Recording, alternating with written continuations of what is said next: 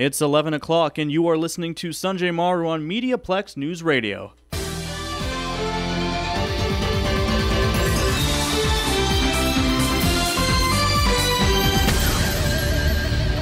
And we begin with this heavy snowfall, which is continuing to have an impact on the community, with a host of events being canceled. Meals on Wheels, as well as their Adult Day program, have been canceled. All classes and workshops at the Unemployed Help Center have also been canceled. If there is an event you are planning to attend, phone ahead and confirm that it is still running. And our top headline for the day, a controversial policy has put the Caboto Club of Windsor back in the spotlight. The Social Work Student Association at the University of Windsor announced Tuesday that it will be moving its upcoming gala next month to another venue. The reason? Caboto's current policy, which bars women from voting on or holding positions on the board of directors. The club confirmed last night that the gala would be moved to the Serbian Center. The announcement comes just one day after Ontario Premier Kathleen Wynne canceled a town hall event for the same reason. That meeting will now take place next Thursday at the St. Clair Center for the Arts.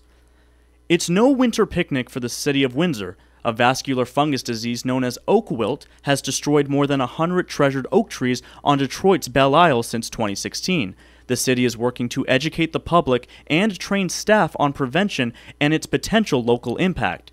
Jillian Toman has the story. The City of Windsor is rolling out a campaign to protect its treasured oaks.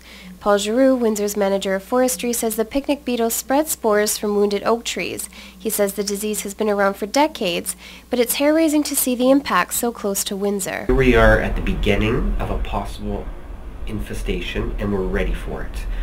So if it does strike, if we can find it right away, the experts from the MNR and the CFIA are pretty confident that they could eradicate it right away. It's reported Windsor has 2,000 oak trees along its city's right-of-way alone. Giroux says public education is key in containing the contamination of other trees. Here we are at the beginning of a possible infestation, and we're ready for it. So if it does strike, if we can find it right away, the experts from the MNR and the CFIA are pretty confident that they could eradicate it right away. Giroux encourages folks to avoid pruning oaks from the month of April to August, not transporting firewood from one area to another, and to contact the city if any unusual changes in oaks are spotted. For MediaPlex News, I'm Jillian Toman. And now let's take a moment to check out what's happening in the community. Afrofest is a week-long celebration of February's African Heritage Month put on by the University of Windsor Students Alliance. The week consists of various cultural and educational activities that document and celebrate the contributions made by peoples of African descent to the world. If you're up to braving the weather tomorrow, consider attending the Rotary Club of Windsor's annual Blood Donor Challenge. The event takes place at Blood Services on Grand Maris Road East from 8 in the morning until noon. And on Sunday, stopped by Coolio Estate Winery from noon until 6 p.m. at their 18th annual Festival of Ice. There you will find ice sculptures and an opportunity to taste some of their exquisite bottles of wine. Our web producer Sarita Varanasi and her team are busy writing stories for our online platform. She gave us a quick update on what you can look forward to on the MediaPlex.com later today.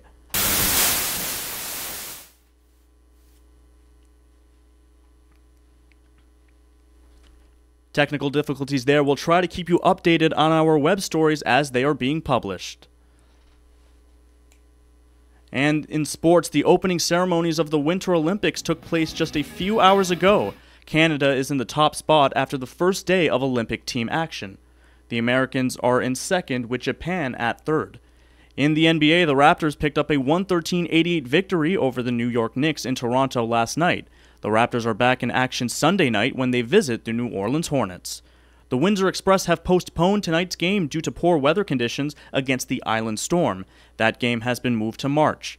And finally, in the OHL, the Windsor Spitfires dropped last night's matchup to the Guelph Storm 4-3.